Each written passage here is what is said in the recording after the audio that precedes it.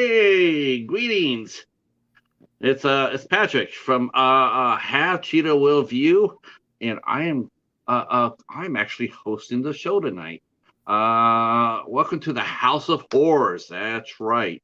And believe me, tonight the name couldn't have been any better coined than right now.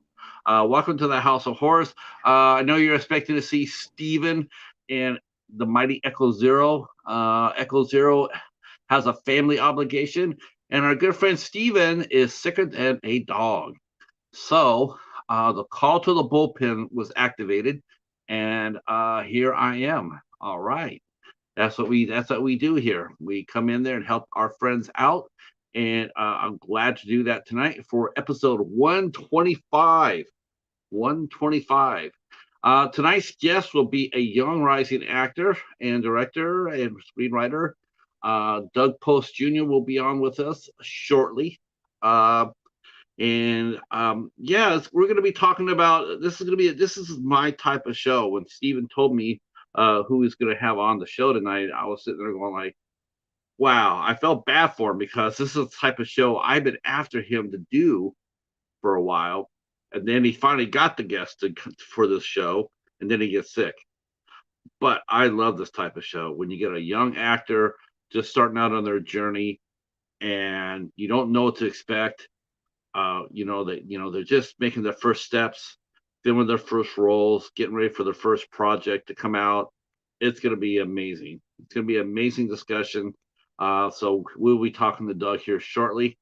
And hello, Peggy. How are you? Hopefully, you're feeling well. I know I'm back again, right? This is like the third time. Like I think this is my third co-host. Like with the last 6 weeks. I this that's fun. It's fun. Of course, I did not know about Echo until tonight. Until today, about he had a family reunion that he had to go to. I did not know it was today. I knew it was. I knew he was going to do something, but I didn't know it was going to be today. So not a problem. Uh, I am doing well. I am doing well, and looking forward to meeting our young guest. He has a pretty bright future, and the fact that he's 6'8". He's 6'8". He's going to be perfect. He's going to be a perfect. He's going to be a perfect like a superhero or a henchman or it's going to be a lot of fun. Maybe even a slasher. Who knows? This is, after all, the House of Horrors. Uh, that's right. Stalking the show. You know what though? But I see what Steven doesn't know is I made a deal with Steven's mom. I said, Mrs. Flug, I'm gonna go ahead and do this show tonight, and then they bailed out the boys, and then I said, then I get to interview Mark Polonia on the 26th.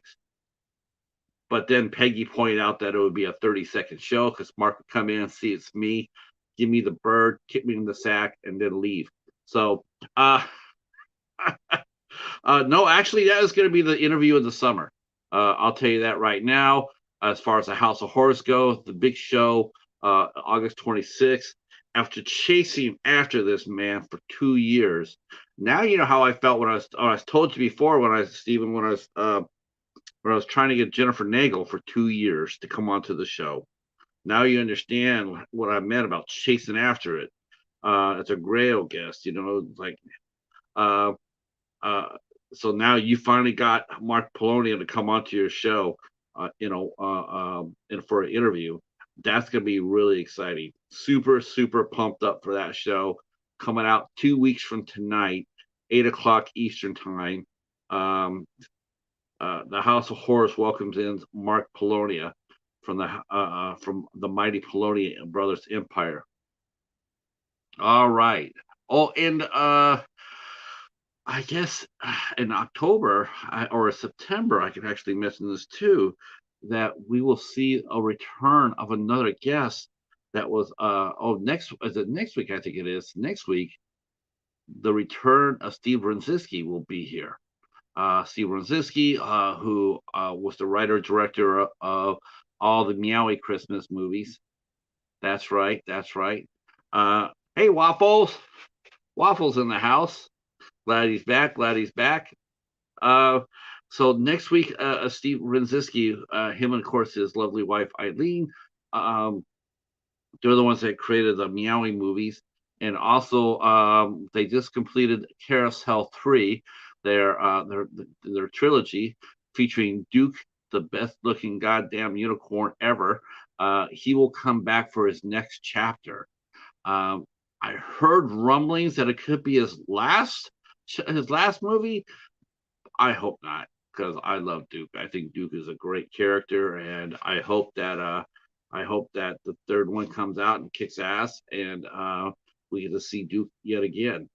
But we'll see. We'll see. We're going to hear about that next week here in the House of Horrors with Steve Rosinski. He'll be talking about his other new movie that came out that not long ago called Shingles, and of course all his and he won a Fangoria Chainsaw award for Amityville Christmas, which I have not seen yet, but I do know that winning a Fangoria Chainsaw Award is pretty prestigious.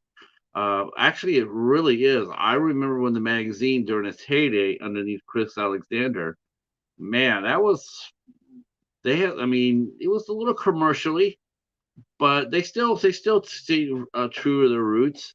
Uh, you could have you could vote in your favorite horror film, your favorite independent, or your favorite actor. You could do that, and they had a category for that. Let's see. Yes, Amityville Christmas. Okay, I guess I will do that. I need to go over there and see the Meowing movies. I don't know why I have not gone over to see the Meowing movies, but I do have a funny story about Tubi though. So it seems like every time I go to Tubi, because I'm watching anime over there, right? I watch anime and I watch TV series. Those what I generally think I watch. And what happens is when you sign into Tubi, they always come up with brand new stuff for you to they recommend that you watch. Now I watch cartoons. I was catching up on the Yu-Gi-Oh series. And I also watch TV series, like watching Tucker Switch, A Man Called Hawk, The Rifleman, that sort of thing. So I'm not even kidding you. I have no idea how this happens. So I sign up. I sign into Tubi, and I'm expecting that because they always show those things, recommended for you. They always show what you generally are watching. Yeah, I don't know who's been watching my account, but when I popped up there, they had After Porn 2 and Skin, the history of nudity in the movies, and for my recommendations. I am like, why would you be sending me that? I have no, I have, like, it was like, what? So I got a big laugh out of that. And then I watched it. I watched Skin, the history of nudity in the movies. I gotta tell you, that was expertly done. Expertly done. It's legit. It's a really good documentary and very well done. I expected it to be sleaze. I expected to watch it like 10 minutes and then out of there, but it was really, really good. Um, yeah, it was amazing. Um, oh, right. You know what?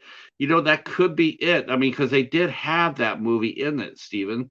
They did have they did mention Showgirls in this movie.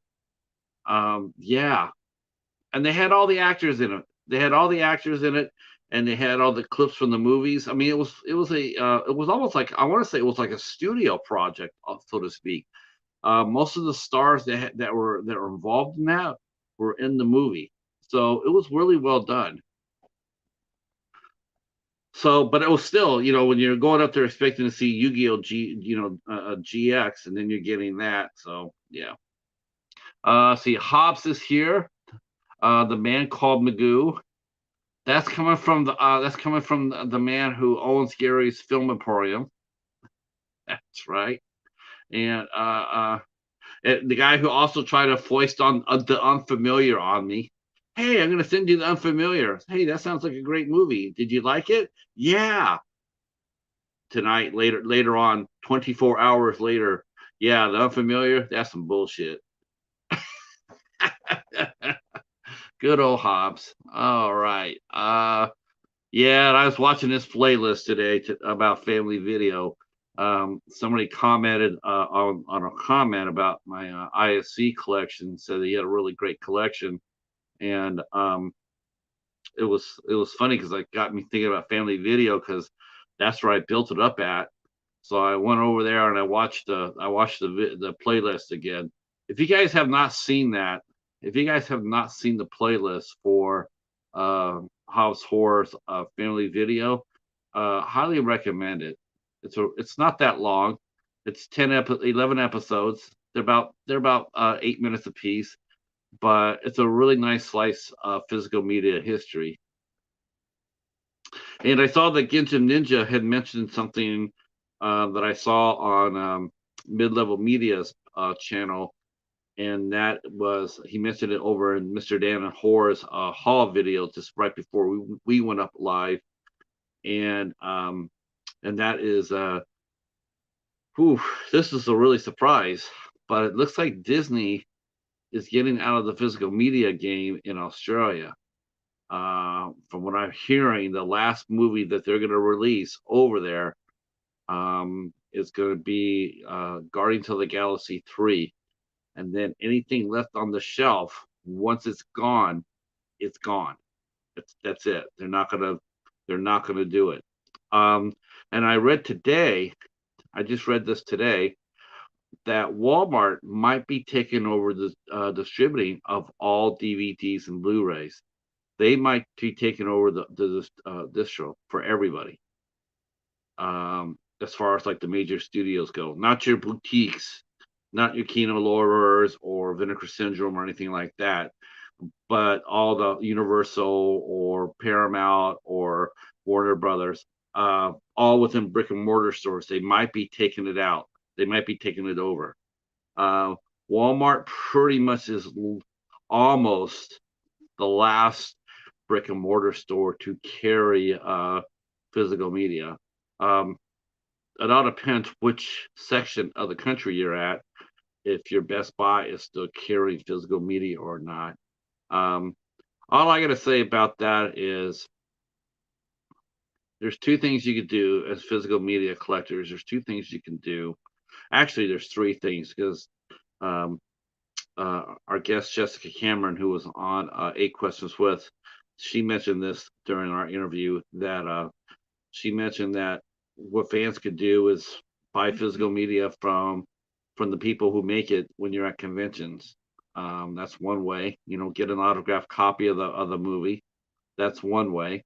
Uh, and the other thing is cut the streaming. Drop the streaming services.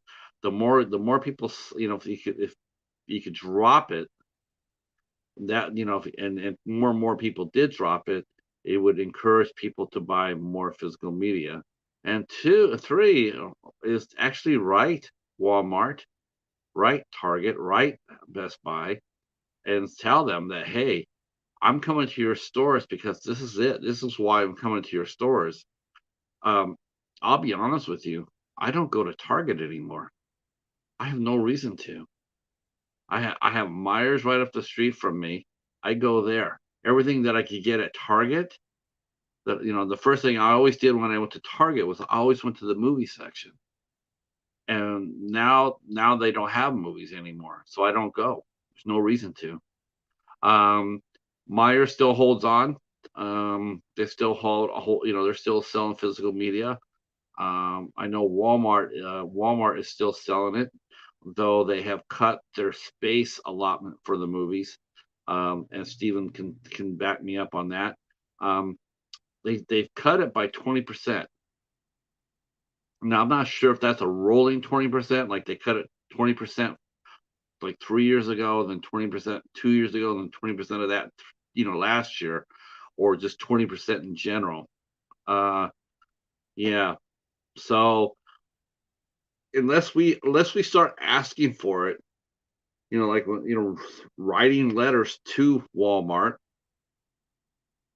writing letters to Best Buy saying, "Hey, I went to your store. You don't carry movies anymore. That's the reason I came into your store. I can anything else I can get from Best Buy. I'm looking for. I could probably get it from Amazon for cheaper, but I like to come in here and look at the movies. Whatever it takes to get them to come back and put a little bit more movies into the mix. Other than maybe, um, other than maybe Black Friday. See, I mentioned this before. Um, I mentioned I thought Disney was going to do a reverse when Bob Iger came on back in the as CEO. He said that Disney was getting back into the physical media aspect of things because his predecessor had not. His predecessor had basically cut every single thing out of everything that Disney Plus was doing. He was not releasing it on physical media. Um, and so when Bob Iger came on, he said he was going to fix that, and it would be physical media for us to get, because there are tons of Marvel fans and Star Wars fans, and that want that content. And since Disney's not releasing it, they're frustrated. Um, of course, now there's pirate sites that are coming in now. You have sloppy seconds that basically what they do is they bootleg TV shows and movies, and they sell people. Like Barbarian, the movie Barbarian, which was a big hit in the horror community, big hit, um, did not get a physical release. So that left a lot of fans really frustrated about that.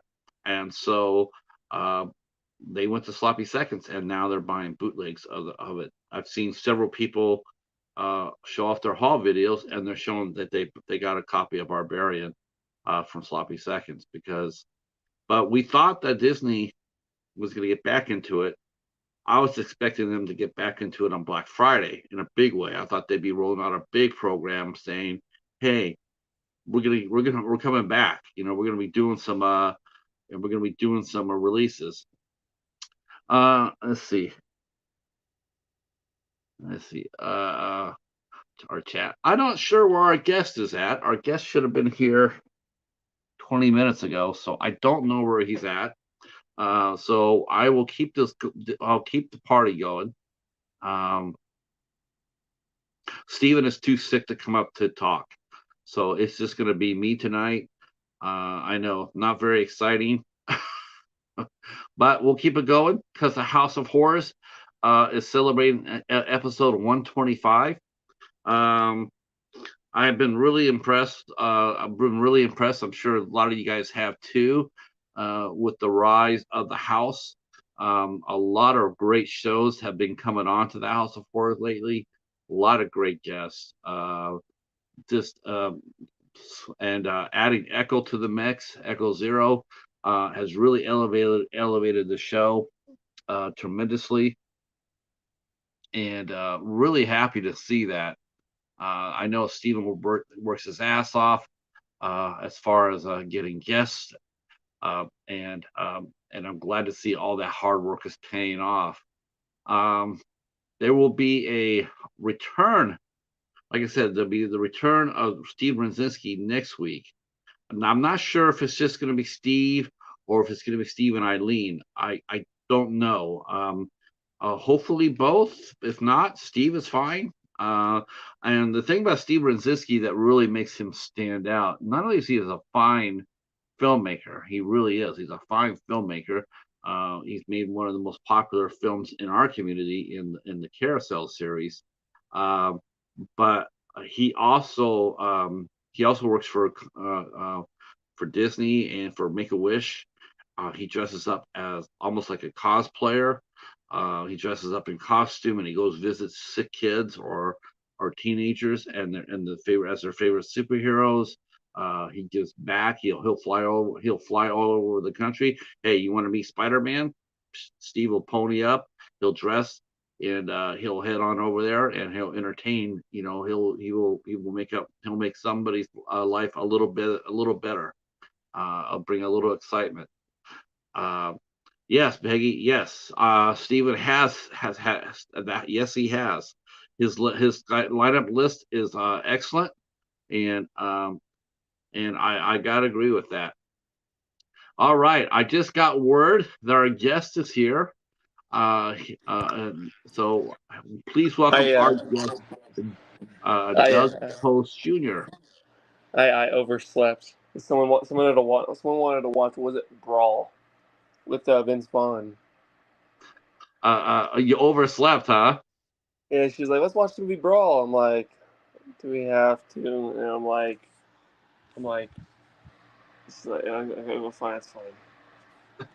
Do you need a couple minutes to get some coffee? No, no, I think I'm gonna be up for the rest of the night. Okay, okay. No, Uh, no. I was having a rough day today because I just found out one of my friends passed away August 2nd. was he an acting friend? Was he a No, member we of?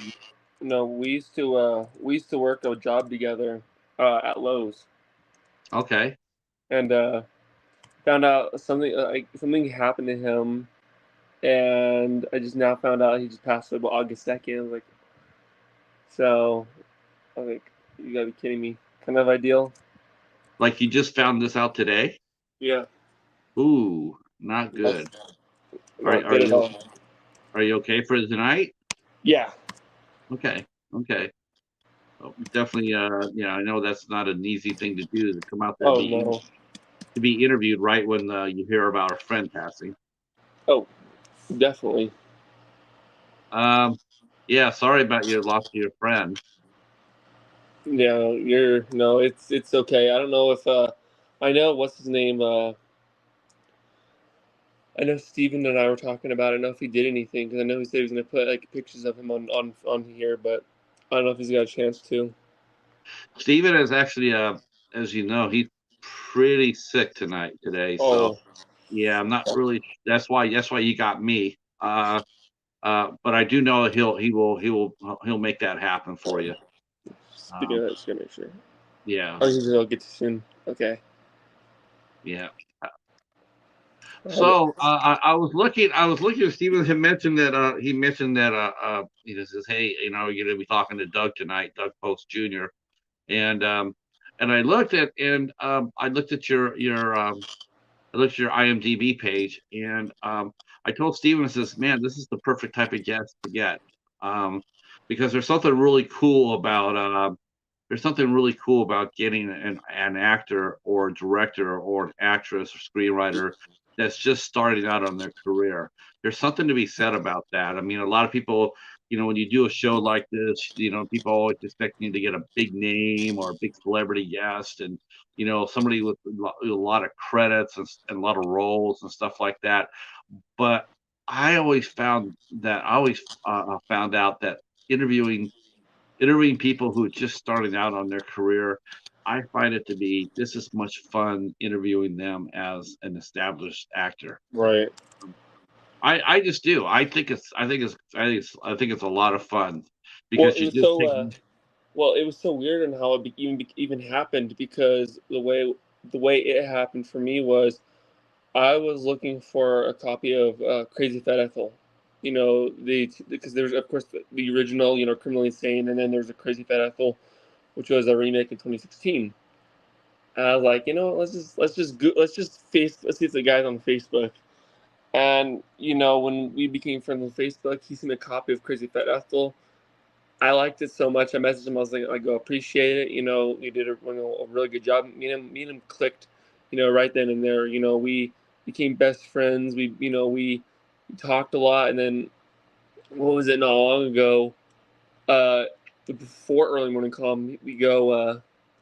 Oh, what was that? I go, hey, how you doing? He goes, not bad. He goes, not bad. Just writing a script for early morning call because he mentions that there's originally supposed to be two bunnies. And so what happened was he goes, "Oh, do you want to be a part of it?" And I go, "Yeah, I would love to be a part of it." He goes, "That's fine, then we can just, kind of add you in there, as like maybe like not, maybe like the middle between child of, the siblings." and I took that offer. I flew out to Kentucky, and we had a blast making it. Of course, Now, was this your first movie set that you walked on? yes, this is my very first movie. Um, this is my very first movie that I've done. Now, Um, had you acted before on any level before this? Had you done like theater or acting classes or anything like that, or is this truly just like no, one day you're home, next day you're on a set? no, I never, I've never, I've never done things in school. I never did plays. I never went out and saw like doing like a Grease 2 audition for kind of like a musical. I never did anything like that. But this is just out of the blue. I wasn't even expecting a spot into the film. It was just I guess the way I got it was the right time. Hmm. It was just the right time that I asked him, and he offered it, and it was something I wasn't expecting either. Okay. Well, you know what? I have seen actors have gotten their start as crazy as it sounds. I know that two people I interviewed before on my show, they actually got their start by responding to a Craigslist ad. They were looking for actors for their movie, and they were Right. advertising in on Craigslist, and they answered it and got roles. So I why the hell not, right? Hey, Oh you yeah. want to come out there? You want to come out here and do? You want to come out here and do a little acting on my movie? Okay, yeah, sounds good. Then they do Um, it, and it ends up a lot of fun. Yeah, that's it's kind of like it was kind of like kind of like I wasn't expecting anything to happen. I was just seeing how he was, how the director was doing, because me and him are really really close, and so uh, Brian, of course, the director, he offering me that role, it was amazing. He even offered to do a thing to where we filmed the whole month of April, and he let me stay at his place for the whole month to shoot instead of wasting money for a hotel and gas to go pick me up at a hotel. He's like, why don't you just stay at our place? This is where we're filming at. and so you got a true education. Oh So you yeah. get to stay on set for a whole month. Not Um, just that, we got to work with Lynn Lowry. That was even the blast of it. Uh, how'd you like? Did you know who Lynn Lowry was before you met her? Did you know her background? Um, she's a little older now, so I kind of like, who's Lynn Lowry, and of course it's been a long time since I've seen the Crazies, and I know I Drink Your Blood and Shivers, and it's been a long time since I've seen that, and so I remember when he showed me a picture, because of course everyone ages Sure. differently. Of course she was a lot older, and she's in her 70s now, Yeah. so it was a surprise to me. And then when he goes, she was in the Crazies and she was in I Drink Your Blood, and I'm like, I have the I Drink Your Blood because I got it at Monsterpalooza last year in California. And it was fun. She was a sweetheart. Um, she was nice to us. She was fun to work with, and she had, what was it? We got to work with Lucas, which is basically her driver, and I didn't even know who that was either until he told me that he was from Wolf Hollow, and I just had like a blast. It was a fun group. Well, it's probably helpful too that you got to act with a veteran like Lynn Lowry, who is a consummate professional. I mean, you can look at her and figure out how to act on set. I mean, a lot of people, their first set, a lot of times they don't know what to do. They don't know how to Mhm. act, but they don't know there's protocols and there's ways to do things. A lot, when you're coming in ice cold, you never had any training or anything like that, so you didn't know Nope. what to do. I mean, I'm sure you were very nervous, seeing all the cameras and all the crew and everything else setting up the. Um, but no, yeah, okay. I'll be honest with you. I was nervous with him. There is actually a video. We have outtakes, and I have them where you know, Brian's character, he slaps him in the back of the head, and I had to bite my lip on it because the whole time I couldn't keep a straight face. I really couldn't keep a straight face the whole time because, but they were like, they all got, uh, it's one of those things where it happens, sometimes, about 10, 12 times, and I eventually got it, but they stuck by it, and they knew that they knew how to, like, I don't know, they thought it was funny. I guess I can say is they had a humor for that, Yeah, and that's what you get for I Morgan can see Brian that. is. I can see that, and giggling and laughing. I mean, it's just a sign of nervousness. And plus it is funny. Someone slaps somebody in the back of the head. Well, it's weird. It, Oh, it, my height's about 6'8", 6'9", yeah. and their house there's like okay, so there's Brian's bedroom, there's the bathroom, his mom's bedroom, and there's this little like wall, like kind of like little wall here, and it's like my head hits right here, and so I have to duck each time that I do the scene, and so that didn't help either. It really didn't. But like I said, I bit my lip on it, and I made it. Uh, did you get a chance to ask Lynn for any advice, any tips? She just said, "Be yourself." Just don't be afraid to be yourself on set. Um, that's a lot of people just get nervous, and if they're not themselves, they get stage fright. They start to tremble, and then they forget their lines. It does happen, doesn't it? So, but me, I just I was excited to see her, but the times that we shot the film, I was, in my game, except for, as I said, getting slapped multiple times, um, by Brian's character. Now, did you have a lot of dialogue to memorize? I had a lot of dialogue to memorize. It was, for newbie, they have a small, and some, not all, but some have small lines. I was lucky enough to have a lot more lines in there. And like I said, and a lot of like newbies don't get to work with people that have been in movies before, like Tom Matthews or um, like Ed O'Neill or something. They start out differently. Yeah, a lot of like this is a unusual start. I mean, this is an unusual start. Hmm. I mean, a lot of people don't start out the way you do, absolutely stone cold. I mean, they might start as far as their, making their first movie, but like 99.5% of the actors have already had some sort of experience, before they walk on the set. Even if they walk on a set for the first time, they've already been trained, they've taken classes, they've done short films, or maybe they worked on a set, maybe they worked in community theater. Um, you're sort of doing it for the reverse. Yeah, You're starting out right away. Now, once you got back home, because you said you shot this in April. Now, when you got back home, did you go ahead? Are you planning? Is this something you want to do full time? Do you want to become a working actor full time? I'd love to. Right now they're editing Early Morning Calm, and then I got a few more on the way. I just did a movie. I don't know. I know you probably saw it on my IMDb page. It's called the King James Bible, and Yes. we for that we actually all shot it on our phones the whole time. Okay.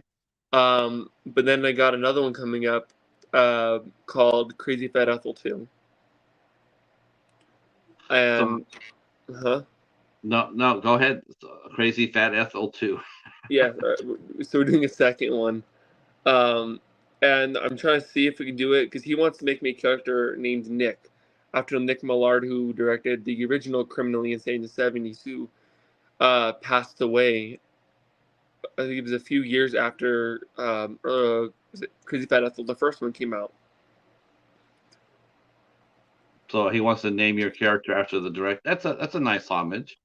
It was Now, an my question is though, what have you been doing since you got back home?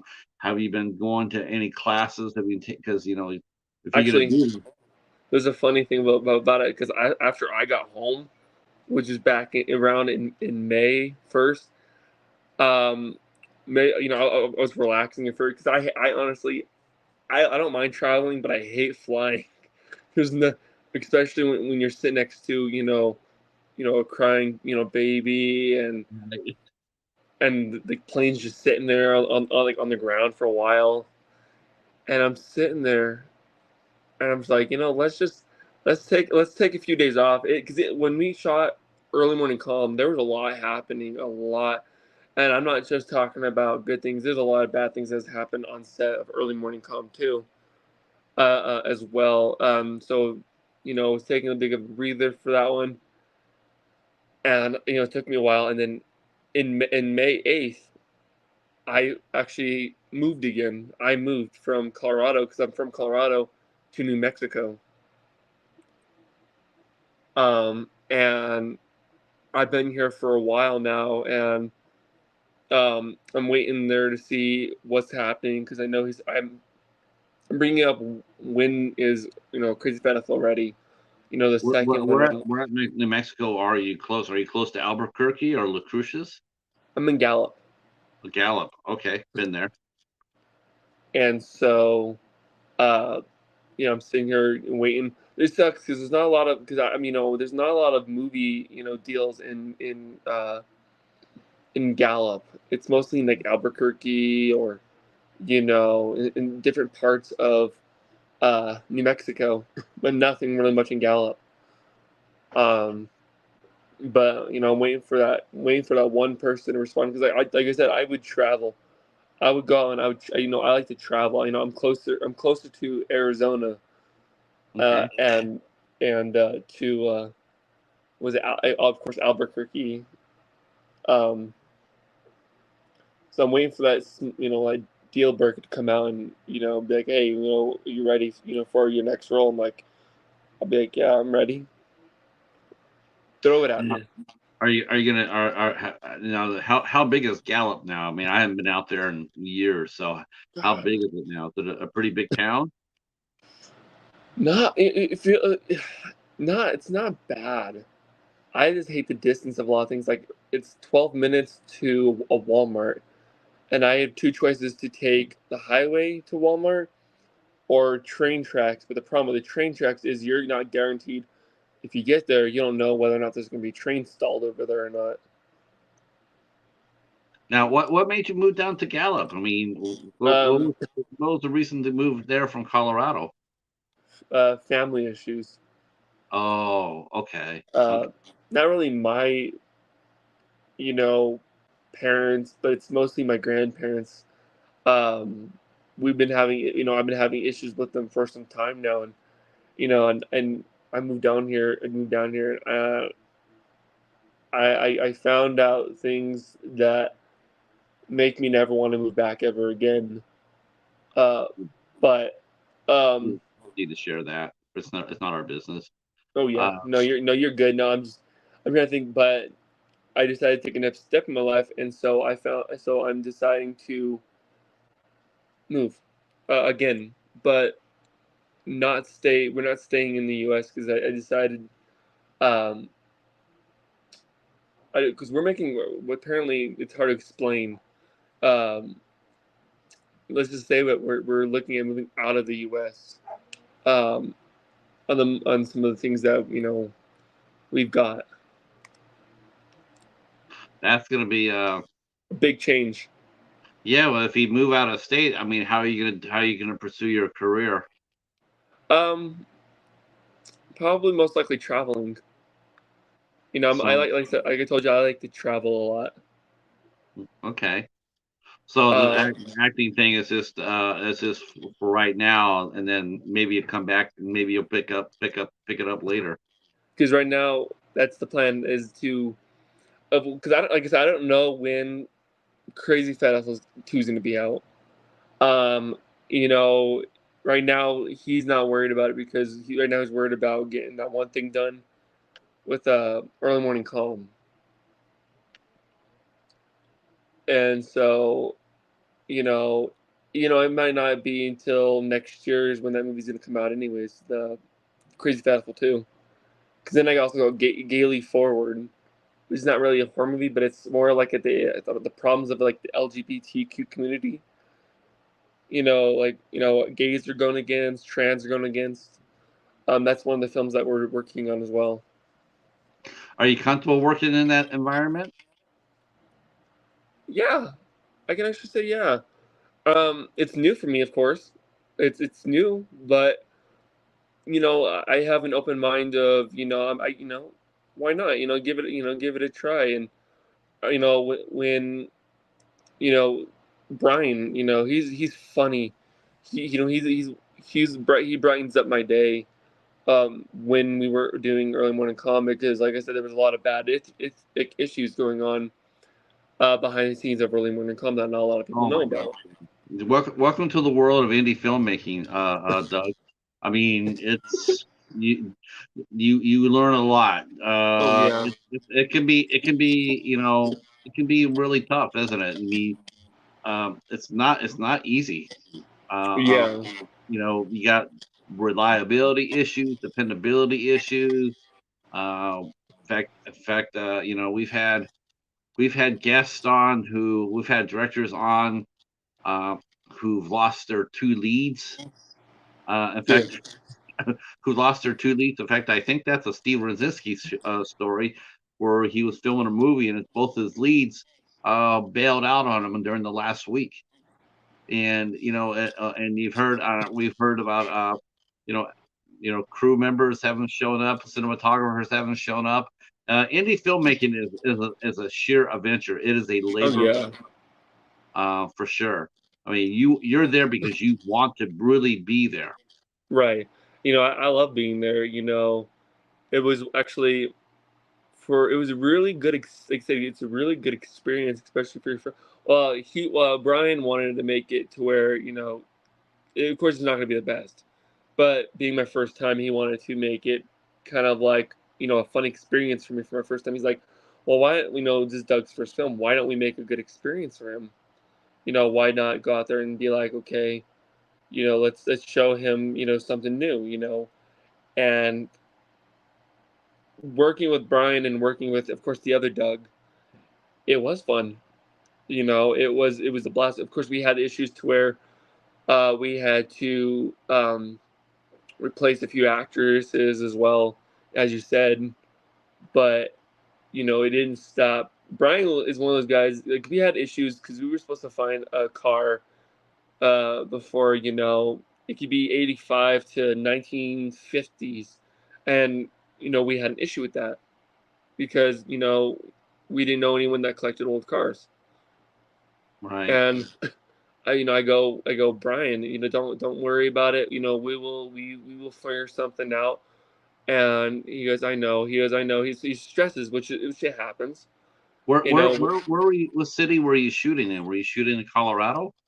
no, we were shooting in Kentucky. Okay. I'm trying to figure out. I'm trying to figure out which Kentucky because we were just we were in Lexington for a little bit, but we didn't shoot in Lexington. Um, I'm trying to think of the Kentucky Louisville, Kentucky is where we filmed at. Um, and we sat there though. And we were getting ready to shoot the scene to where in a because it's an '80s movie kind of idea. So we were shooting at a gas station, Okay. and I think whoever did it when we went to go shoot the scene at the gas station scene that we ran into someone with an '80s car. It was just a luck, Okay. and we weren't expecting it. We were expecting because we were trying to get this done. We were trying to make meet our deadlines. Sure. and we went to shoot our scene, and we actually we did it.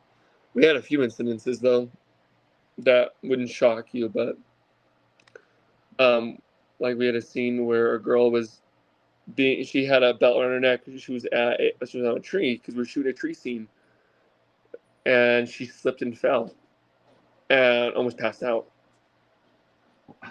Yeah, yeah. I mean, was she hurt? I mean, she didn't get hurt, did she? She had a belt line around here, but Ugh. me and her husband, we ran over there to make sure, to pick her up to get the belt around her off her neck, and we were making sure she was okay. We were like, we got the scene, but we didn't get the scene. We didn't get this, to get the stomach scene because there was supposed to be a stomach scene. So we kind of we were thinking, 'cause originally we were like, okay, well, do you want to do this scene, or do you not feel comfortable doing the scene after what happened? We kind of give her that ultimatum of like, do you want to do this scene, or because we're not going to sit there and say, oh, you have to finish the scene. We kind Now, of give her a choice. how were you feeling though when you were watching this? Was this something as a first timer, you're sitting there watching this? Are you thinking this is like normal on set things, or did you realize that this was out of the ordinary? Yeah. I think it was like it was a surprise to me, kind of like a mix between a surprise and shocking, but also not surprised because I'm sure that a lot of actors and actresses go through that, something on set each day. Whether, they accidentally choke themselves with a belt, or, they end up eating something not supposed to, and it ends up bad or something, or they Yeah, eat something plastic. It was a shock to me because, I didn't know what was gonna go. I didn't know what was going on. I was like sitting there like, what's going on? Because she slipped and fell. I didn't know what was going on during the whole thing. I was like, and he goes, "Let's go," let's. So I rushed over there. We both pick her up. We got the bell off, like, we got the bell off her neck, and we sat her down. Gave her, we gave her a drink of water to make sure she was okay. We gave her, of course, we gave her a choice. We didn't, of course, we didn't want to force her into, doing this thing, saying, you have to, you have to finish this scene. We go, well, do you feel? We go, do you kind of like, do you want to finish this scene? Or you don't have to finish the scene.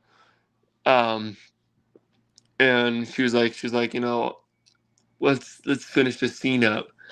Okay, and then we go, well, let's just make if we're gonna do kind of like a scene like this, let's loosen the belt a little bit, because yeah. the way that she wanted it, or the way she wanted it tight. So, um but we go, do you want to loosen the belt a little bit so you have a little bit more, you know and she was like, let's just do that. And so we did that. um and one of us is behind the tree. You won't see it, but one of us is behind the tree, so that in case something does happen like this again, right there to make sure she doesn't get have an accident. right, right, yeah, that makes sense. Um, um Now, did you do any? Did you do all your own stunts? uh yes. Um, so I'm just a little. So you mentioned about going out of the country. I was going to say, is that something you're planning on doing right now, or is this something maybe you have thinking you about know in the future? I'm thinking of in the future, um seeing where things go over here. Like I said, I don't know if I do. I hate the desert. I hate, because Colorado's a desert, Arizona's a desert, New Mexico's a desert, and I hate it. It's just because I hate the heat. I hate being in the middle of nowhere. Right, Um, and I like, I'm not real. Of course, I'm not much of a people person. But then who's not? I like to have some sort of, if I see a Walmart there, I have, a place to walk to Walmart, or go to Walmart, or go to a nice little sit down, because there's not even an Applebee's even near me. It's like an hour away right. if I want to enjoy a nice dinner.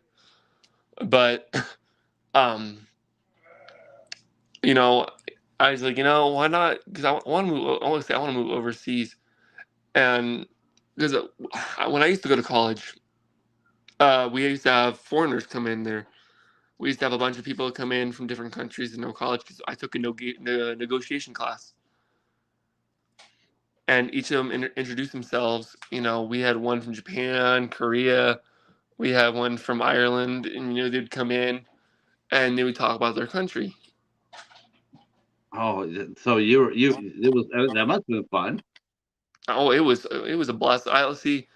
That's when you know that's you know what I like. I say I like other countries because I hate deserts. You know, I like the oceans. I like to see the seas. You know, Right, I like right. the sound. But here it's just it's horrible. Uh, Um, is there like a little community theater in Gallup? Have you checked out and see if there's any any opportunities for you as there far as is none, not that I know of. I still don't know my way around this area. Um, I'm still getting used to. Um, I'm still. It's weird. I've been here since May. I'm still getting used to my surroundings right here. I don't. So there's one thing. That's one thing. Brian, even me and Brian were talking about is that I don't. He knows what I'm talking about. I hate change, and when I notice, you know, it's I have to get used to my surroundings. Um, and that's kind of one where it's leading to is that I'm getting used to my surroundings around here. yeah, it could be a little bit. It could be it could be a little bit it could be a little bit daunting. Oh yeah, It definitely could. but I'm actually just looking right now, real quick, and there are some theaters in Gallup, New Mexico. is there So yes, yes. So if there are theaters in Gallup, New Mexico, guess what else there is? You can what? you can take acting classes there. Huh? I bet See, you I bet you could. Let me double check that. Let me see what acting classes say. because originally I was gonna take a tons for That English. way, in case like you're waiting to go overseas and you still want to act, well, there you go. You know, I was actually thinking because well, did you know that King James Story was my first film I directed? No, I didn't know no, how to direct. I didn't know how to direct, but I did it. I made it possible, and that's one thing I'm glad about is making something possible. You know, that's one thing. That's one thing I learned is you know my friend who of course who passed away. He used to tell me like things like you know if you'd feel down about things like if you didn't believe you can do things like you didn't go out and you said and you know and let's say Patrick, let's say for example you wanted to be a guitar player for Leonard Skinner but you didn't think it's possible. You know, he's always used to tell me don't let it don't let it get to you. You know, make you know follow your dreams. Don't let anything bother you. yeah, yeah. I mean, if Carry this is forward. something you want to do and you want to get better at it, then definitely, like you said, you didn't know what you're really doing as far as directing. You're watching your friend and taking notes. But if this is something you want to do, seriously in the future, then you definitely want to take classes. You definitely want to go ahead Right. and find a community theater and volunteer over there. Say, hey, I'm willing to work on anything that you need me to work on. I'd like to help out. So you can so you can develop your craft. Maybe this is something you really do want to do. Right? Yeah, it's been my dream. Like so, not a lot of people know this though. Is my grandpa's dad was in a TV show back in the '50s called Gunsmoke. He was also in a show called Peter Gunn. If you guys remember that. Oh yeah. And I didn't know him very well, but you know, I have the seasons, and I have, of course, it's seasons. I think 1 through 5 or 1 through 4 on DVD, and you know, I'd sit there and watch my grandpa's, you know, I guess you could say grandpa, great grandpa's episode of Gunsmoke, and I'd sit there and watch it, and you know, kind of like I like it, you know. It's funny because you know in the show he played a drunk. You know what's even funnier than that? He really was a drunk. Mm, So he played the role really well for, you know, um, yeah. That's And sad. is another one is that my great great grandma, my great great great grandma, my great grandma's mom, she, she died in 2001. Of course, I got we saw her once, but it was like 2000s when she was in a nursing home. She was in a movie called Birth of a Nation. Does that Oh sound wow. does it sound Yeah. familiar to you? Yeah. D.W. Griffith's movie, 1916. Yeah, Oh yeah. we Yep. she used to tell a story. She used to tell us. It's been a long time, and my mom and my dad would remember it better than I would.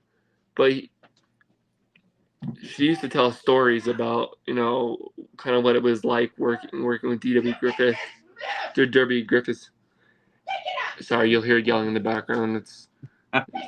That's the girlfriend's mom. Oh, oinks. I know. That's what I said. Zoinks. Jeez, jeez, scoops.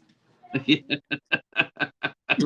all right. You know what? Hey, you know what? That's the thing about live theater. You never know what's going to happen, right? Funny. It's funny though because I'll sit here in one moment. Like I was talking to a guy. What's his name? Will? No, it was Will Keenan. It was. I can't remember who it was. I know it was an actor. And I sat there, and they go, "Who's that yelling?"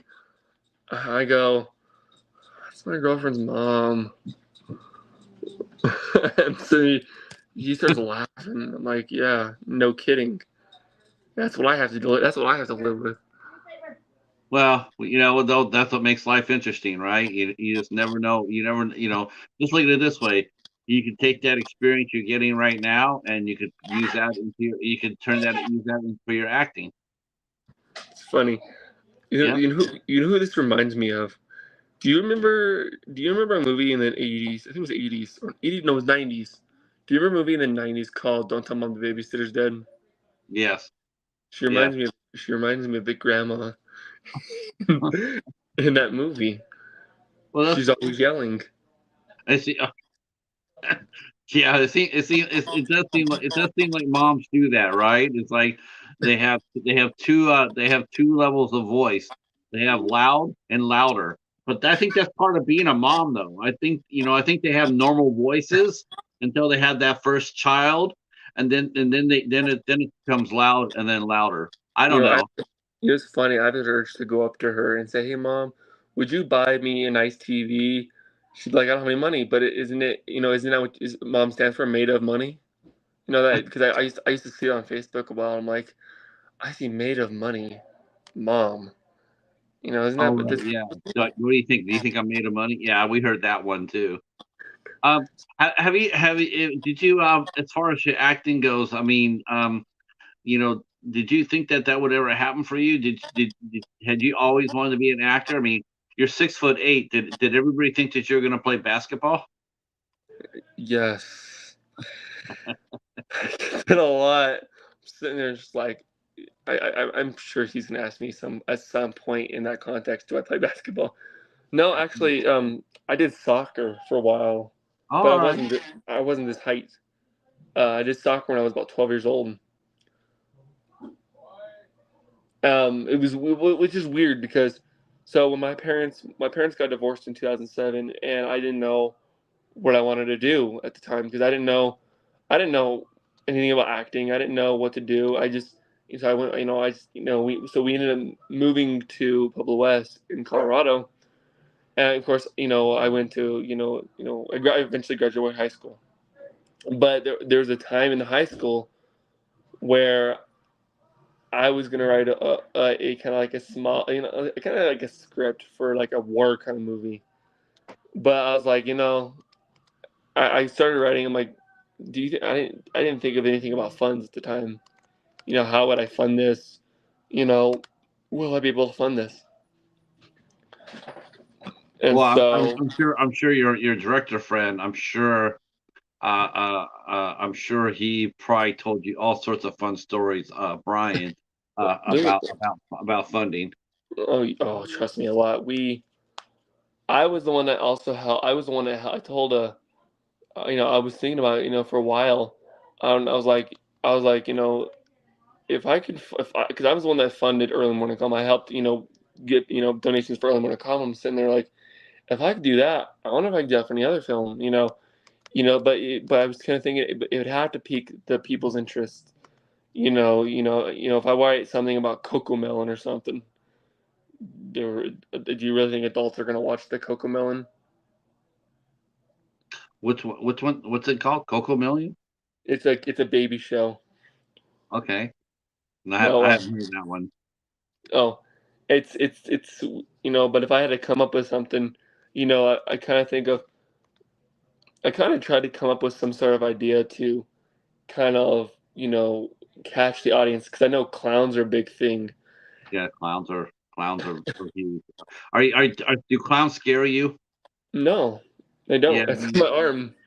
Doesn't that sort of make you laugh though when people? It does. It makes me laugh when I see people say, "I'm scared of clowns." I'm like, I don't understand Patrick, why people are scared of clowns. you haven't seen anything scared yet. Have you seen the teaser trailer to Early Morning Calm? I have not seen that yet. Let's just say when you get a chance, watch it because you'll know it's me. I'm sure you will because if you see the Well, tattoos here, you're gonna be the tallest guy on screen. there's a scene in the intro where I'm naked. My Where you're first like, role, I was naked. oh Lord. He had And to he had to do he had to do a naked scene in your first movie. yeah, but it wasn't just that. I had to stand there tucked, fully blown naked with a bunny mask on and shoes. Wow. I'm sure. Yeah, I'm sure you was that. Did you have any second? Did you have second doubts of what you were doing? Oh, What you were I doing. was I was debating whether or not I want to bury the director before. I wanted to bury him in the backyard at the time though. I'm surprised No, he asked. I'm surprised. I'm really surprised he asked you to do that. I was well. Well, originally it was supposed to be a fake penis. Uh, And they said the way that it looked, you can tell it was fake, because I was like, they were really talking about they wanted to make it look deformed, so they were thinking about getting fishing line, kind of like make it kind of look deformed, and so they tied on me to get it ready, and then they looked back at that and they're like, that looks so fake, that looks wrong, in so many levels, it doesn't look real at all. So wow. they were like, well, why don't we just put fishing line on his real one? And I'm like, I go to Brian and I go to Doug. I'm like, do you guys really want to lose a finger? Yeah, that would. Yeah, I'm. Yeah, that's. Well, you know what? You got your baptism of fire, so to speak. I did. Watch. And you got to wear a bunny mask, and you got to be a clown wearing a bunny mask. So I'm taking it that you're one of the bad guys in this movie. Yeah. Actually, I don't know if you saw the poster. Yes, I did. Now Did you see that the I new? did see the poster. Did you see the new one on IMDb? Yes. Uh, which one did you see? Because there's two of them. There's one with the three bunnies on there, and there's one where it's like The one with the three bunnies. Yeah. And you're the tallest one in the middle. Okay, and then there's another one. I like that. I like that. I like the one with the three bunnies. Yeah, Did I you? saw the other one. I saw the other one on that one looks good too. With Lynn's face and everything. That's me. Yeah, no, that's me behind Lynn. Can you be all- can you believe that? Yeah, how do you feel? Yeah, that's a really good poster. I know. And then they got me naked in the background too. Oh my God. See? Did you get to share scenes with Lynn Lowry? Did you act across her? Yes, I did actually. I actually got to work with her. I got to be in the same room with her. I got to. I'm not gonna spoil everything, of course, but I did get to act with Lynn. I almost was gonna say perform with Lynn, but even that would sound a little dirty. Sorry, 1 second. I don't think anyone wants to hear hail. But I actually got to work with Lynn. It was a pleasure. My dad went to Munsterpalooza, and it was this year he went to Monsterpalooza. And you know how fathers are, you know, when they see you in a movie and they get a poster of you, they can't stop yapping about you. Yeah, how did your parents and your friends how they take it when you told them that you had done a movie and you show them the poster? My grandma almost had a heart attack because she saw me naked. My Yeah, grandma that's almost had a probably heart attack because she saw me naked. Uh, we well, we had a thing to where and my dad was pretty happy. You know, he went to Monsterpalooza. He brought these like little pictures and flyers up, and apparently, you know who Amanda Weiss is, right? Do you know who well, Amanda? You know who Amanda Weiss is? oh yes, yes. She called me on my dad's phone, Oh wow. and my dad told her, and she goes, "Hey, I heard you're in a movie. You know, I hope you know break a leg." And you know Right. how. And she asked me how it was, and I go, "It was awesome. It was wonderful." And you know, it was the best thing that's ever happened to me. You know, and Skeet Ulrich is the same thing to me. Who else said? Who else said it was an awesome? You know, it was awesome. Will Keenan thought it was amazing. Brian Brenner from Society liked Yeah. it. He loved it. Um, who else liked it? God, there was a lot of people that thought the movie was fun, and he liked the camera work with it. I had to see. I'm Now, embarrassed, huh? is the movie all the way completed yet? I mean, is it Yes. done? Oh, it's done. So it's coming out in October, right? Yep. We're shooting for October. We're shooting for a Halloween release. Maybe do you have any idea where Brian's going to try to put it? He's gonna have a private link sent out, and I'm gonna see if I could send it out to you guys as well. You and Steven. Okay. Yeah, we'd and like to take a look at and it. it Yeah, we was like. it was embarrassing because I had a mullet the whole film. Try going out to dinner with a mullet. I think bullets are okay in New Mexico. He wanted me to keep it because he said it looked really good.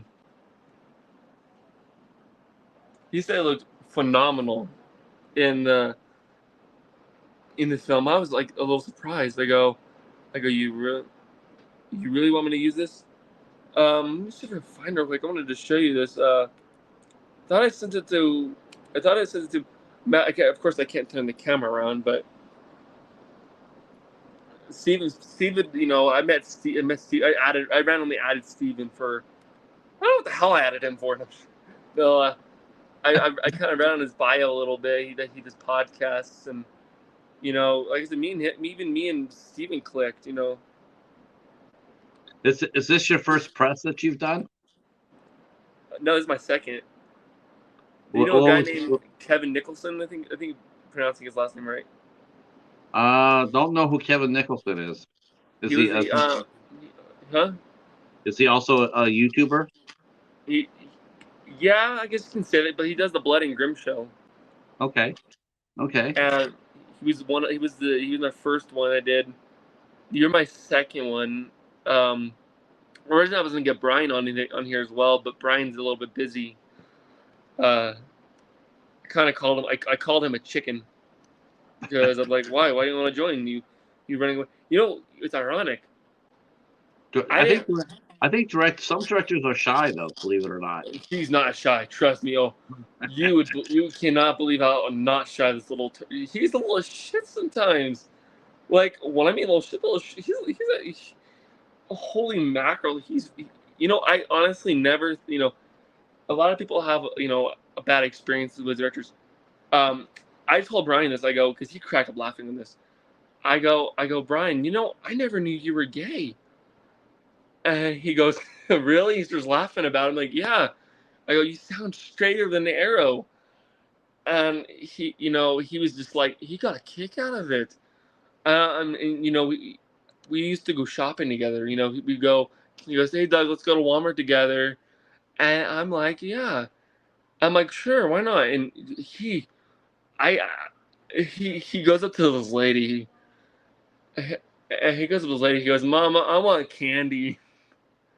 Oh, to a And complete stranger. yeah, but it was funny. It's I never because I get embarrassed easily. I get really embarrassed and shy easily where I couldn't show my face anywhere. But I thought it was funny. He's one of those directors that he makes you feel good about yourself. Okay. He lets you he lets you be you know if you were to act in your own way, he lets you. He doesn't tell you you have to be this way. Like there's this I did all my stunt scenes. You kind of would think that being first time actor you didn't get to do that. Like there's a scene where no I'll let you guys see that for yourself. But let's just say that I got splinters on I had splinters on my back from the scene. Ouch. Ouch. And being my first film, he's like, just be the way you want to be. Be yourself. If because there's times where, if of course I felt a little weird about doing a nude scene, and but I did it. He's the type of person that makes you feel comfortable, and What? he's the type of guy that makes you feel welcome in acting. He's if somebody wanted an opportunity to do like a person with Down syndrome or a person who had cerebral palsy or whatever, and of course they didn't, of course they didn't have to have a speaking role in the film, but they'd be the type of person that if acting is one of their favorite things, he would be like, come on, let's do it. He's the person that gives you as many chances as you want. If you screw up, you can do as much takes as you need to. Like I said, I couldn't stop laughing. And I did it. I made it through that scene. And Now, now, now, growing up before you started doing this, were you a horror fan? Did you like horror movies? Did you watch a lot of horror movies when you were younger? when my first horror movie I've seen was Texas Chainsaw Massacre from the 70s. Okay. That was my all-time favorite film. The second movie I watched was Night of the Living Dead from the 60s. Black and white, of course. Right. And that was I started liking movies even more after that, like horror films. And then I started watching a movie called Revenge of the Living Dead Girl or Night of the Living Dead Girl or something like that. I questioned it a little bit because for a while that's all I liked was 80s and 70s and 1920s horror films. And I questioned myself sometimes because I saw a movie called Fiend. I saw a movie called Revenge of the Living Dead Girls, and I was like, this is complete crap. Because I'm big on graphics. Me and Brian were both big on graphics.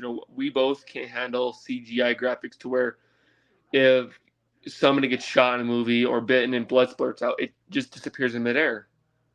Right. Yeah. Yeah. All our effects in Early Morning Calm and Crazy Fat Ethel, those were done practical. We took the time to do it ourselves.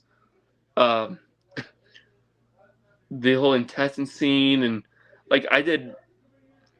You'll see in the beginning that was my first kill. Oh, That was yeah. Okay. I did my first kill in the beginning. Of course you're gonna know. Everyone knows that my height. That's the worst part. Yeah. Is that if I was in like a movie like Jason or something, not Jason, but like let's say there were three other family members that weren't wearing that was wearing other animal masks. I would be the one that sticks out even more because I'm like, hey, I know the guy in the middle. That's Yeah. Doug. Look at it. Everyone can tell by his tallness and his walk.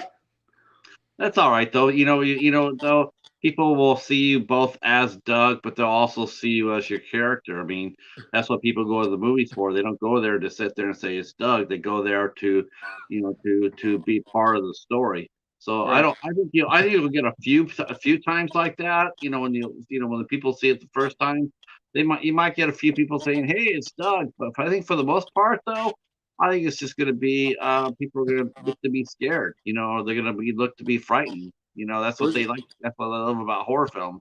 well, there's a scene I did. There's a scene where I had my face in boobs. Okay. Now, bear with me. I didn't mind doing a scene, but my girlfriend was sitting there watching me the whole time. So you don't see it, thank God. Oh, better not hopefully see it. There was a time where I'm sitting I was, I had a crescent and all this stuff, and I'm sitting there just like, she's like, I didn't speak, of course, but in my mind, I'm like, she's sitting right there looking at me. She's just, she's like, it's okay. I know it's for a movie. It's okay to caress another one's breast while doing a movie. And I was super embarrassed doing that scene. Like, I did it. Like I said, there's a few scenes that I was embarrassed for because she was, my girlfriend was sitting there and she would like look over me the whole time, like it was just like she was like a hawk. And I sit there and I'm like, I'm dead. And I may never be able to finish this movie because I'm a dead man. When I get home, when I get back, she's gonna wring my neck. Uh-huh. Thank God she didn't. Still alive to this day. Well, she understands it's a movie. I mean, it's just a role you're doing. I mean, that's what is required. Well, It's not like you wrote it. That's Brian's story. It's his vision. So you're just doing what he wanted. It oh yeah, happens. of course. It was the best. It was the best I've ever done. I he gives me a lot of compliments saying you did a wonderful job. You did a great job shooting this scene. Shooting this movie. We are happy that we had you in here. And he said he gives the opportunity to be yourself. He doesn't say, he doesn't tell you to act a certain way. You get to act that way yourself. Now, Um, this is like the only probably way I'll be able to show you. I guess this is one of the scenes. This is one of my favorite scenes I got to perform. It's the best way I'm gonna be able to do for you guys. You see that? yeah, we can see it. Yep. That was one of my favorite scenes. Don't ask me why Well, they were wearing whiskers. I see that the movie is going to be coming out early early early morning dawn is scheduled to come out on October 27th of this year. Listen, Doug, I want to thank you for coming out and hanging out with us today. You're welcome. I really enjoyed talking to you. Like I said, this is it's exciting to see. It's going to be exciting to see what's Right. going to happen for your future. Um, whether you stay in Gallup or you go across the world, whatever it is. I hope we wish you success in anything you do. Um, we'll look forward to your movie coming out, and if you decide to stay and put some roots down and act out of Gallup, maybe we'll see you for another movie, and then and Kevin come back to the House of Horrors. That works. Um, so we thank you so much. We're going to put all your socials down beneath. Is it okay if Steven puts your Facebook down here? Go for, go Can for we it. hear it? I have two Facebooks. I have one you can friend me on, and I have one that's a like page to kind of Okay. keep updated because that's my like update page of what movies I'm doing coming up next. Right, right. We'll also put your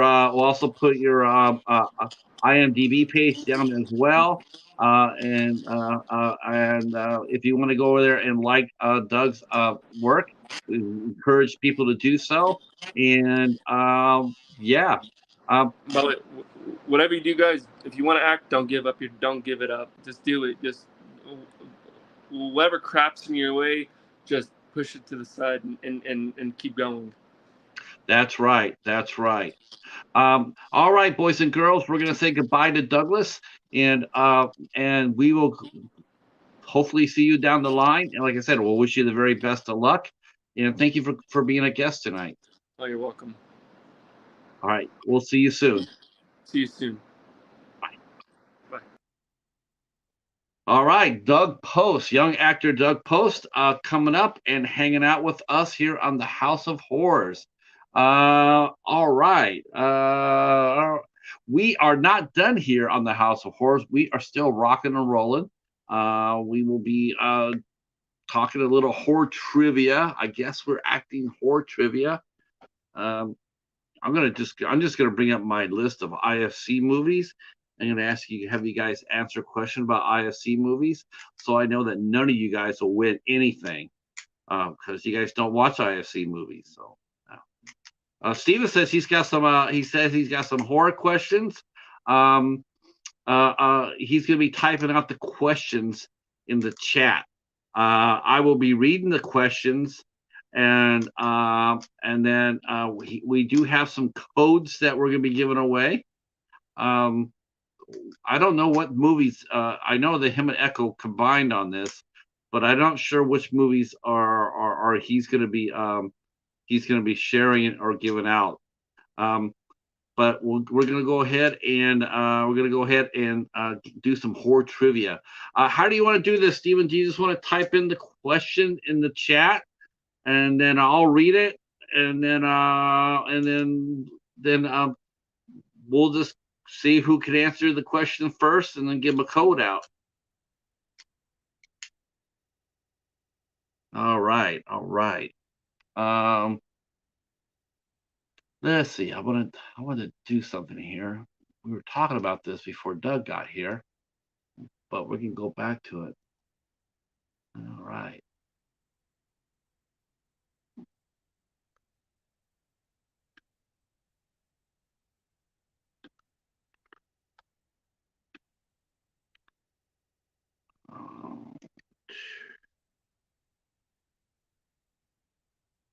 That's a pretty rough thing to do for a film debut.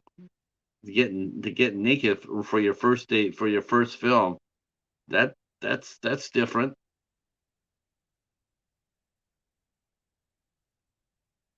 Yeah, that's right. Wow,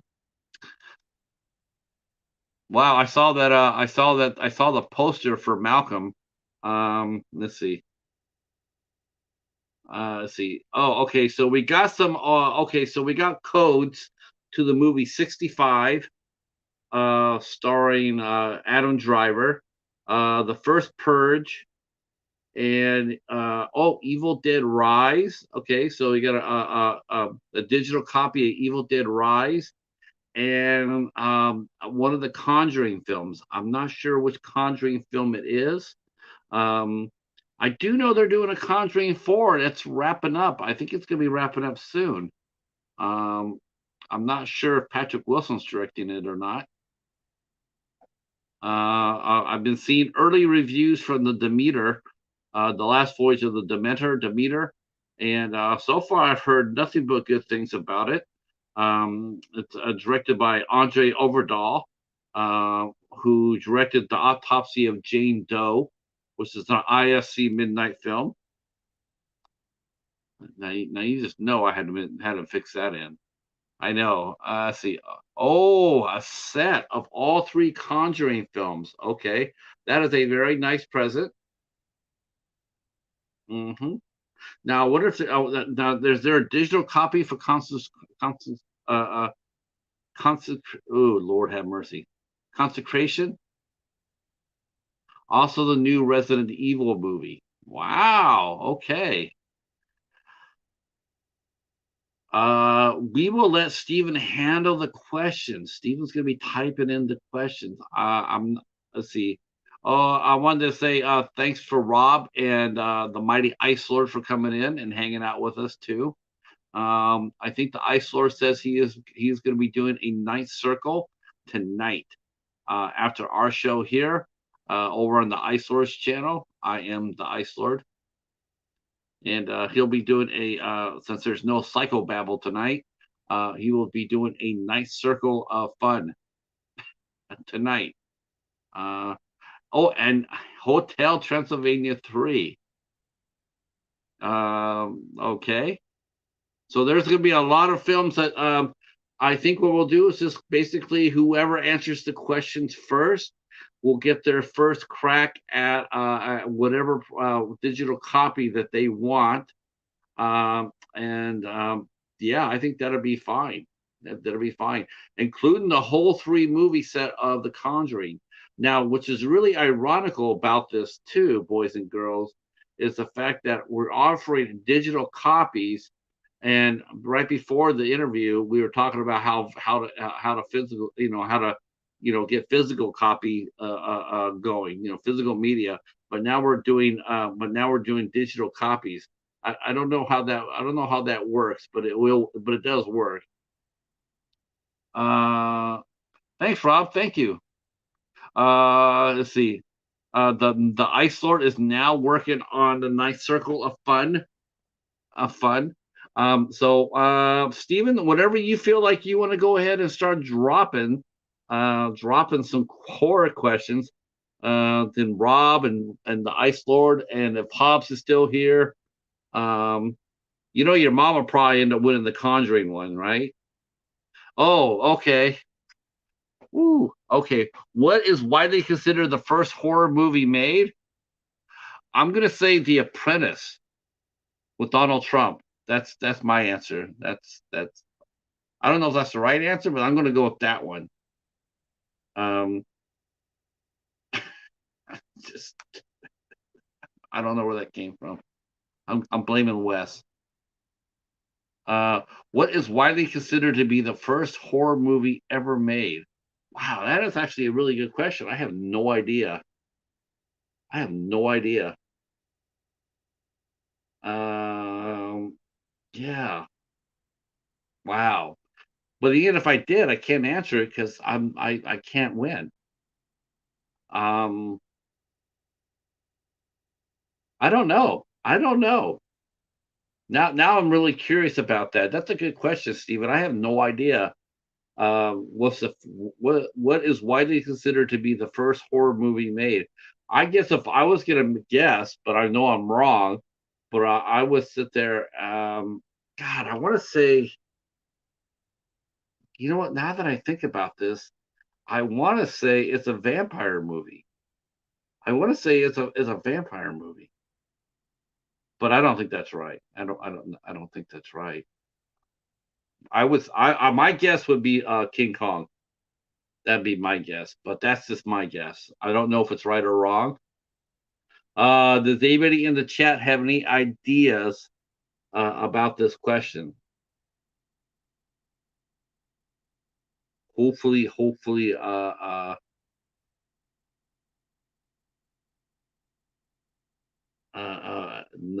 anybody have any answers for what is widely considered to be the first horror movie made? My final answer is The Apprentice. The Ice Lord says he should know this, but the Ice Lord does know this because he probably has the movie since he's a boutique baller. That's right. The Mighty Ice Lord has a fine physical media collection. I'm sure he has this movie in his collection. He may not have any IFC Midnight films in his collection, but I bet he has this one in it. Tell him, Ice Lord. Uh, and while you guys are thinking about that, I will say, like I said, I've heard nothing but good things for the last voyage of the Demeter.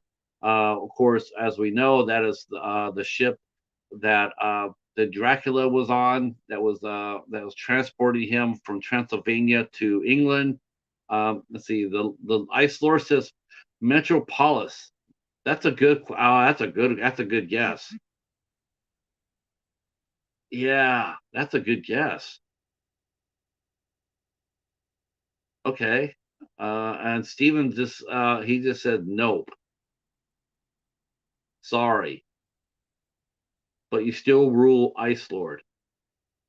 Don't forget to put that in there.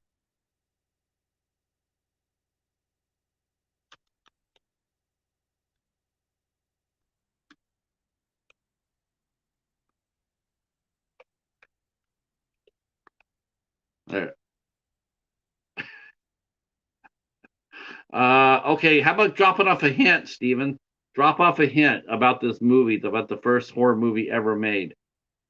Uh, so the last voyage of the Demeter is out. The only thing I heard that was a complaint from anybody who watched it, and this does seem to be recently a recent trend, and that is every movie seems to have to be like mega long. If our movie's not 2.5 hours or 3 hours long, we're not doing a movie. And that's the only thing I've heard bad about the last voyage of the Demeter was that it needed to lose about 40 minutes because of the pacing. Um, so let's see. Let's see. It came out in 18. It came out 18 something. That's what I said. Okay, so I'm right. It is The Apprentice. I okay, came out 18 in the 1800s. The movie came out in the 1800s. The first horror movie. Let's see. Peggy says Frankenstein. That's another good guess. Yes, it was silent. It was a silent film back in 1898. That's a good guess, Peggy. I went with a vampire. I don't know. I don't know why. It just seems to be. I seem to remember that there was a vampire movie. I didn't even know about it. It was like maybe like 5 or 6 minutes long because that's how long the movies were back then. They weren't very long at all. Let's see, not a vampire, but something evil. Oh, okay. It has to do with dogs. Okay, because dogs are evil. Speaking as a cat person. Uh, uh, hey, look who's here! It's the mighty Echo Zero. Uh, yes. Okay. And some of these codes that were being offered as prizes, some came from Steven and some came from the co-host here of the House of Horrors, Echo Zero. That's right. That's right. We got to do that, Echo.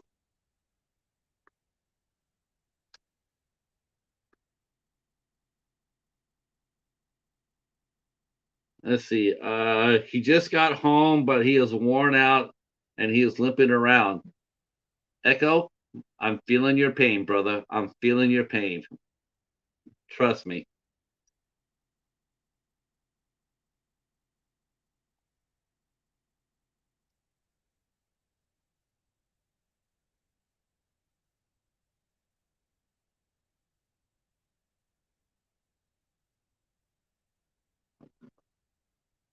Really? Wow. Okay. Steven just threw me the answer to that. I did not know that. I would never have guessed that. I never would have guessed that.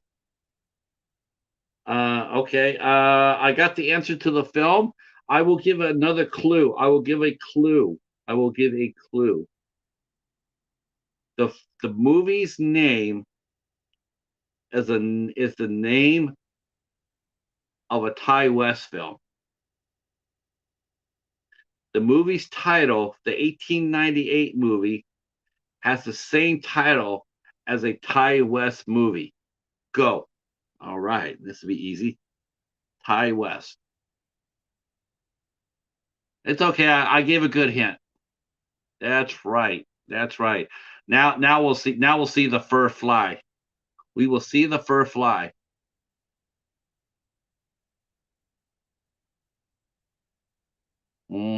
That's right.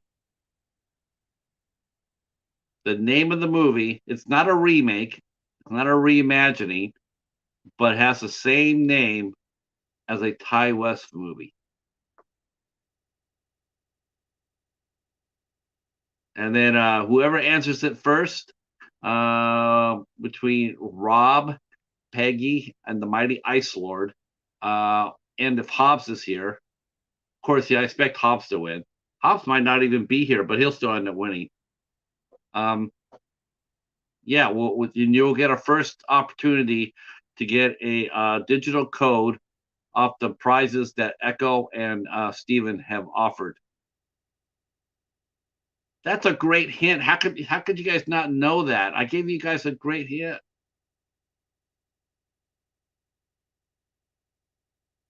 The Ice Lord mentions, let's see, he says it's about a man who turns into a were-cheetah whenever someone sings the theme to Love Boat. Oh yeah, which Love Boat? There were two. There was the Dionne Warwick version, and then there was the Jack Jones version. They were both pretty badass. Okay. Man, the Love Boat. You know, someone actually put out a video, a long video, and God bless them for this. They included every single guest that was on the Love Boat. They did it from the first season all the way to the last season, and it's the guests that are coming on. Man, oh man, talk about a who's who. Let's see. The Ice Lord says he knows what it is, but he can't take credit. You can take credit, Ice Lord. Yes, answer the question. The hint for the question is the movie's title is the same name of a Ti West film.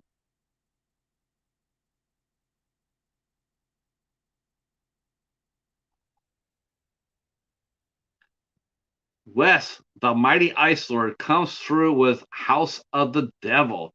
You are absolutely 100% right, as you knew that you would be, as you are the Ice Lord.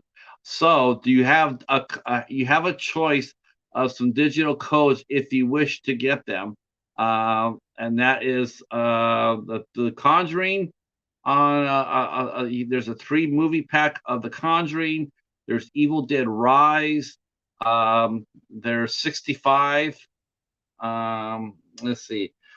Hotel Transylvania 3. And the new Evil Dead movie. I'm not sure which Evil Dead movie that is. So there are some movies that you can pick from, and you can go ahead and contact Steven. Let's see. No, and the first Purge. Yes, he has a copy of the first Purge as well. So the Ice Lord, pick out your prize, and Steven will be able to drop a new question, and then I will think of a hint for it. See, Echo saying that Resident Evil, Death Island, the new CGI movie, hasn't even been out a month. Is that Resident Evil Death Island? Is that like a sequel to Werewolf Island? That is Echo's favorite film, Werewolf Island. Resident Evil Werewolf Island. Classic werewolf movie. Okay. The Ice Lord is going to pick 65. You know, honestly, honest to God, Wes, I knew you were going to pick that one. That's awesome. All right, Steven, go ahead and drop a new question. Drop a new question to the chat.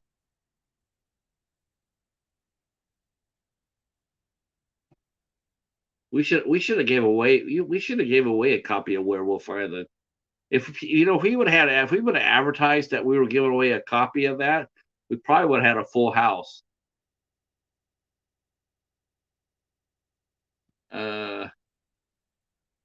Oh no, God no, I could never be the Ice Lord. I am not worthy. There's only one Ice Lord in the house. Only one. There should be only one Ice Lord. In Final Destination, before he had his vision, where were they flying to? In the first Final Destination, before he had his vision, where were they flying to? Wow, that's a good one too. That's a good question. Wow. And as an extra bonus, what was the flight number of the plane on the Final Destination? What was the flight number?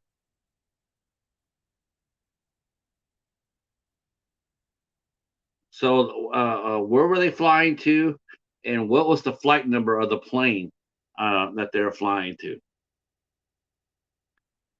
All right, there you go. Wes says I'm cracking Wes up. That's all right. I'm glad to hear it. Remember, as soon as we're done here, in about 20 minutes or so, the Ice Lord will be uh, doing a special edition of the Ninth Circle of Fun tonight. Uh, I'm not sure. I'm not sure who the Ice Lord is going to have on the show. He might be holding court by himself. He might be doing a movie room tour. I'm not sure what the Ice Lord will be doing tonight, but he will be doing something. That's all I can say.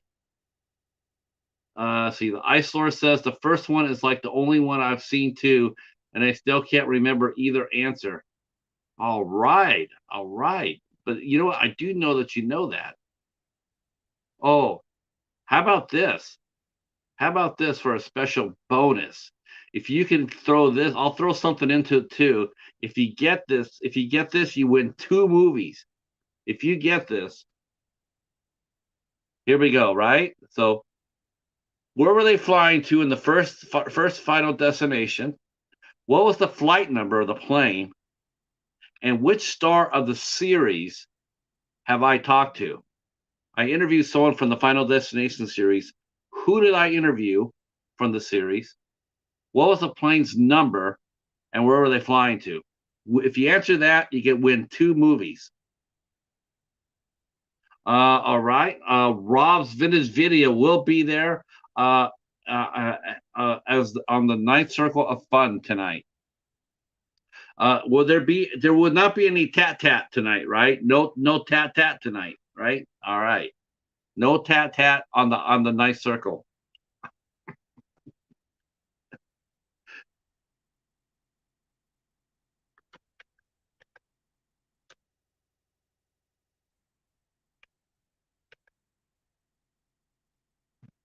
All right.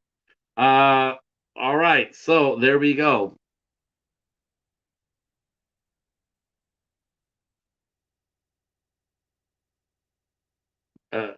Wes, the Ice Lord. Nope. I'm not always so sure about that, Wes. That's why I put that out there because you know what?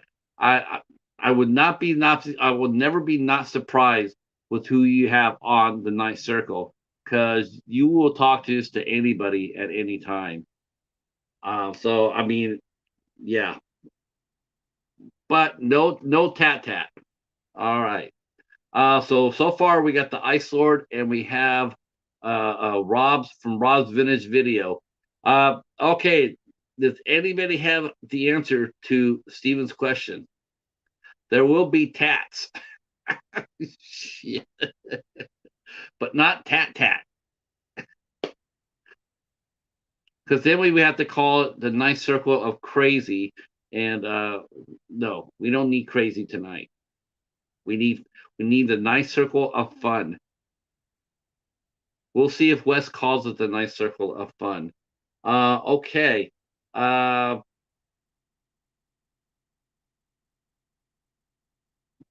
Yes, tats, but no tat tat. Shit.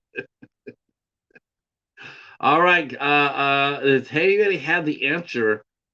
You can win extra prizes for the answer that 3-part question. Let's see. Rob saying he is on vodka. He's drinking some vodka, so he might get crazy. Oh shit! The nice circle of fun is looks to be off the chain tonight. All right. Thank you for hitting the like button for the show. Episode 125 here on the House of Horrors. Remember, next Saturday we have Steve Brzezinski will be here with us from Carousel 3. He will be here to talk about that, plus Shingles, plus all the Meowing movies. And Let's see. Echo says he needs to get a copy of Werewolf Island so I can sign it and give it away. Let's see. Peggy says she hates supernatural movies. Yeah, a lot of people don't like supernatural horror either, Peggy. Don't feel bad. I personally, that's my jam. I like the supernatural stuff, but that's just me. Um, I'm not really a huge slasher fan, but I like the possession movies and the supernatural spooky. Echo likes Werewolf Island movies. Let's see. Okay. Wes says here, that's what I'm talking about. Oh God. Don't get him started, Rob. Don't get him started. You don't want to see a toasted ice lord. Then he becomes the drunk lord. Okay, Stephen. I don't think they're going to be able to do that question. So I tell you what, we have time for one more question. We have time for one more question. So I guess we'll give the answer to the question in Final Destination. Before he had his vision, where were they flying to? What was the plane number?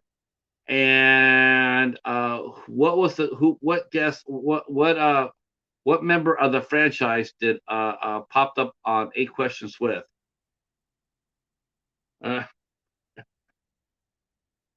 let's see. What the iSource says, just so I can match, I'm going to pick up a fifth.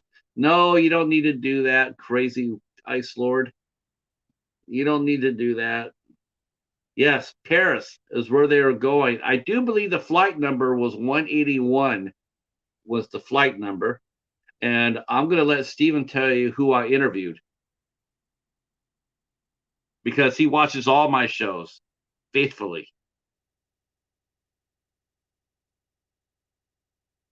He'll know the answer to that without him looking it up.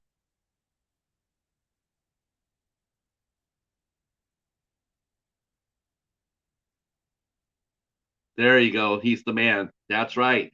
We interviewed actress Crystal Lowe, who played Ashlyn on in Final Destination 3. Man, that was the best cast too of the series. Man, you had Ryan Merriman, Shellen Simmons, Crystal Lowe, Mary Elizabeth Winstead, Texas Battle. Just that was an amazing cast. That was an amazing cast for the for that movie. Yes. Nope. You spelled it right.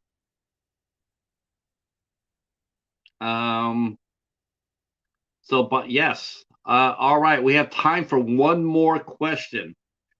We have time for one more question, and Stephen will drop it in the chat, and then we will go ahead and do that before and give you guys a chance to win some goodies. Toasted Ice Lord rules. Oh Lord, have mercy. The Ice Lord. Yeah. Okay. Just kidding. No. I hope. Yeah. Just kidding. I'm glad. Now, if you want to go get yourself a fifth of Gusso milk, I guess that will be all right. All right, we got one last question. There's still a lot of great prizes on the board, including a 3-film set of The Conjuring. Let's see. Let's see. Rob wants to know: are Crystal Gayle and Billy Crystal related? I don't. That's a good question. I don't. I really don't know. And they actually would probably be around the same age too. Actually, because they both were pretty. Because I remember seeing Billy Crystal in the '70s, and that's when Crystal Gayle sang her big hit. Oh my gosh. You know what? I got this wrong. I got that wrong. How many Hellraiser movies are there in the franchise? Let's see. The iSource saying tonight they're discussing Gusso milk. Good Lord. Oh my God. You know what? I don't know the answer to that one. I don't know. I want to say there's six, maybe seven movies because they did the one on Netflix. I'm gonna say seven. I'm gonna say seven. Me too, Rob. I was gonna say seven as well. Seven. All right. Stephen will let us know if we are wrong or right. If you are right, you will have a chance to win a digital prize, including the three. Oh, okay. I just think, you know what, Rob? I would just keep going upwards. I would sit there and say 8, 9, 10, 11. It's got to be one that I know it's more than seven. See, the iSource says 10. 10 of those mofos. Shit. Look at the ice. The iSource is in fine form tonight. Rob says 8. 8 films. The iSource says 10. Rob says 8. I'll say 9 just to be a pissant. I'll say 9.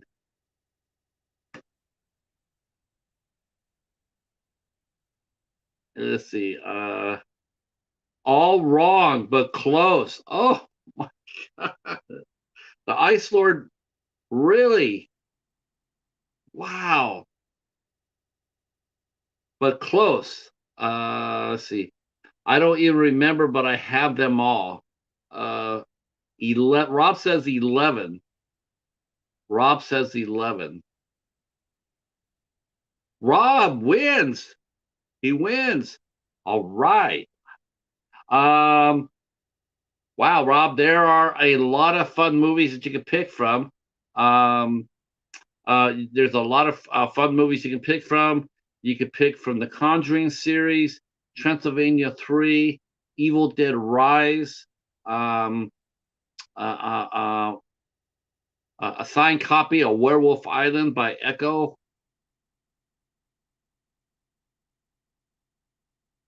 A signed copy of Gusso Milk by Wes.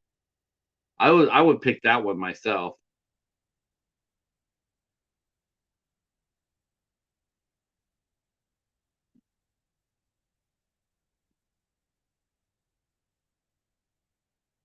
All right, let's see. Let's see. He'll take the Werewolf Island.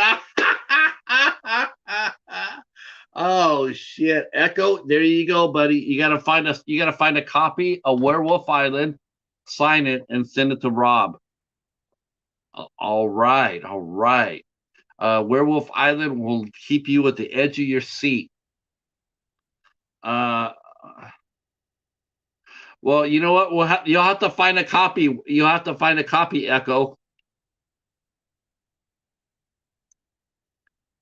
Or uh, uh, or let Rob have a look at your at the box of Echo.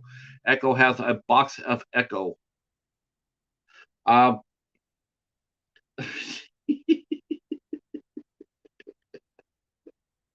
oh, that's right. The men that hold out for that hold out for that copy of Werewolf Island, Rob. You deserve it. Uh, all right, boys and girls. It is time for us to take flight. I want to thank our good friend Doug Post Jr. for coming on here and giving an interview out tonight.